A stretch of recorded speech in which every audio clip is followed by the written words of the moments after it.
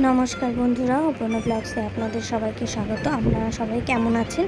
আশা করি সবাই ভালো আছেন। আমি আজকে রান্না করব পমফ্রেট মাছ বেগুন আলু দিয়ে ঝোল।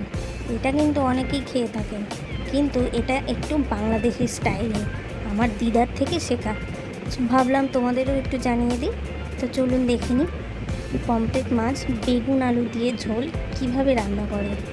প্রথমেই আলুটাকে লম্বা করে কেটে নেব, টমেটোটাকে টুকরো করে কেটে নেব, বেগুনটাকে লম্বা করে কেটে নেব। মশলার মধ্যেই রয়েছে আমাদের টুইস্টার।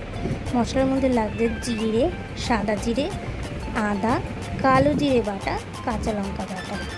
তো চলুন দেখে নিই। প্রথমেই কড়াইটাকে গরম করে তার মধ্যে তেল দিলে তেলটা গরম হয়ে গেলে মাছগুলোকে নুন হলুদ ভালো করে মাখিয়ে মাছগুলোকে ভেজে নেব। মাছটা যখন লাল লাল হয়ে আসবে তখন সেটাকে তুলে নেব। সেই মাছ ভাজার তেলের মধ্যেই বেগুনগুলোকে ছেড়ে দেবো।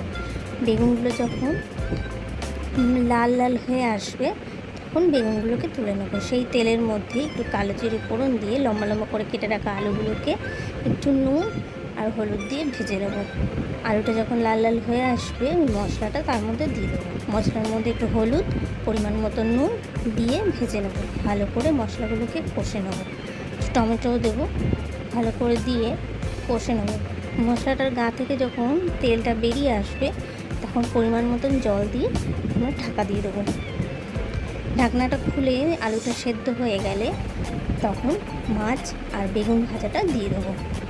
দিলেই আমাদের মাখা মাখা হয়ে গেলেই আমাদের পমফ্রেট মাছ বেগুন আলু দিয়ে ঝোল রেডি।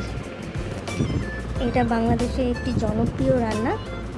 আমি আপনাদেরকে দেখালাম, আপনারা বাড়িতে ট্রাই করবেন, কেমন লাগলে জানাবেন। আর তার সাথে আমি করেছি পুঁই শাকের তরকারি চিংড়ি মাছ দিয়ে। এটাও আপনাদের একদিন দেখাবো, কেমন লাগলে জানাবেন। ধন্যবাদ।